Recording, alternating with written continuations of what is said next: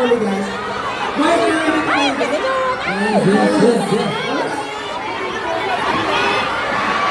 So Abby is stating something, and if you think that member of our Escobanis is struggling, this is the place to be.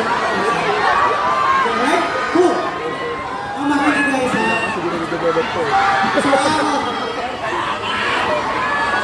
So members, this is your first question. Who seems like the most romantic member?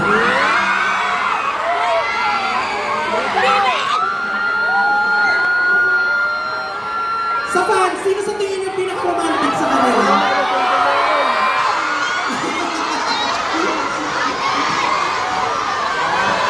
Are you ready?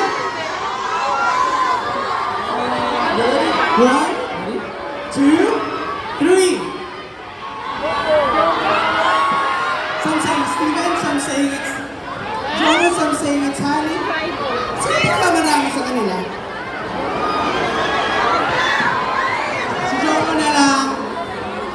Would you like to say something? Why do you think they chose you as the most romantic member?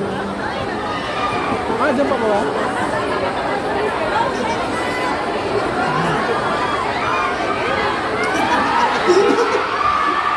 Parang nagulat din siya. 맞아요. 로맨틱한 사람인 것 같습니다. Sa tingin ko talagang sobrang romantic na person na talaga ako. What? Do you guys agree? Oh, fans agree. So I think second one is who would bring the brightest energy even off stage?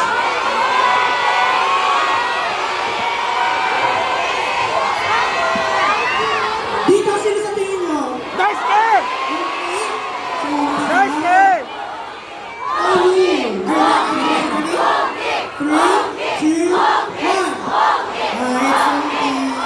Now you have to explain yourself. Well, it shows naman sa mga videos, you know? Oh, okay. I love it. So, did you want to explain why you're the brightest member of the stage? I think our fans really love my bright energy. Ay, palang pa kami din over sa effort na mag-English. Love it. Thank you. Everyone is moving on stage. Since the energy leads the way, for a third question, who would be the first to take on a new challenge? Who would be the first to take on a new challenge? 새로운 도전에 제일 먼저 앞장설 것 같은 사람은 누굴까요? Sino sa tingin nyo guys habang nagdi-design sila? Si Jay.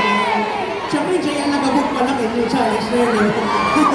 아마 모든 사람들이 생각하는 게 제일일 것 같다고 생각합니다. So, you have someone on your mind already? Yeah. 3, 2, 1.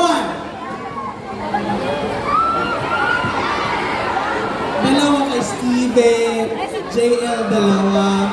So why not Steven and JL?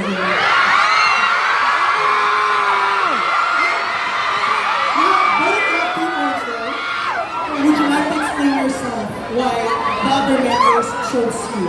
That you're the one who's always into a new challenge. Magpaliwanag ka! Because during regular life, I like trying new things, especially with food and open to change. Agree ba kayo dun? How about JL? Copy paste. But seriously, same as now! yeah. But I think all of us are up for, Honey, I love you we're now! up for a new challenge. And that leads to our fourth question. 자, 네 번째 ito 질문, medyo ito. 네 번째 질문 하겠습니다. Who has the strongest competitive spirit? 경쟁심이 가장 강한 사람이 누굴까요? Are you guys ready? Who has the most competitive spirit? 경쟁심이 가장 강한 것은 누군지 생각할까요? 3, 2, 1.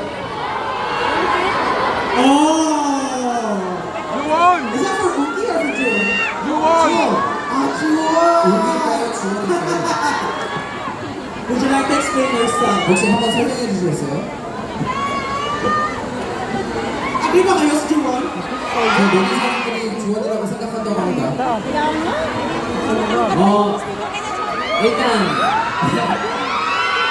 일단 저는 지는 걸 싫어하고요. 나 생각 I don't want to be a loser. Ha? Kung pwede ka pa naman. 네, 앞으로도 항상 이기겠습니다. sa throughout lahat gusto ko maging winner lagi. Exactly, that's what we want from the boys. Do you agree? Do you agree? 네, 여러분이 다 인정한다고 생각합니다. Ito medyo ano to, medyo very mischievous type of question. 좀 특별한 질문이라고 생각합니다. 이번에 이번에는 Now, who among the members probably sneaks the most snacks during practice? 연습하다가 사실 몰래 간식을 제일 많이 먹는 사람이 누굴까요? Naku, nakikita natin to sa mga video. 이게 분명히 그 영상에서 많이 나올 거라고 생각합니다. 메ron ako. Yun ang nakikita. 3, 2, 1. Si Honey! 아니라고 생각한답니다. I think we need to explain to the parents 네, Honey 씨 more 그- snacks. 그 부분에서 왜 간식을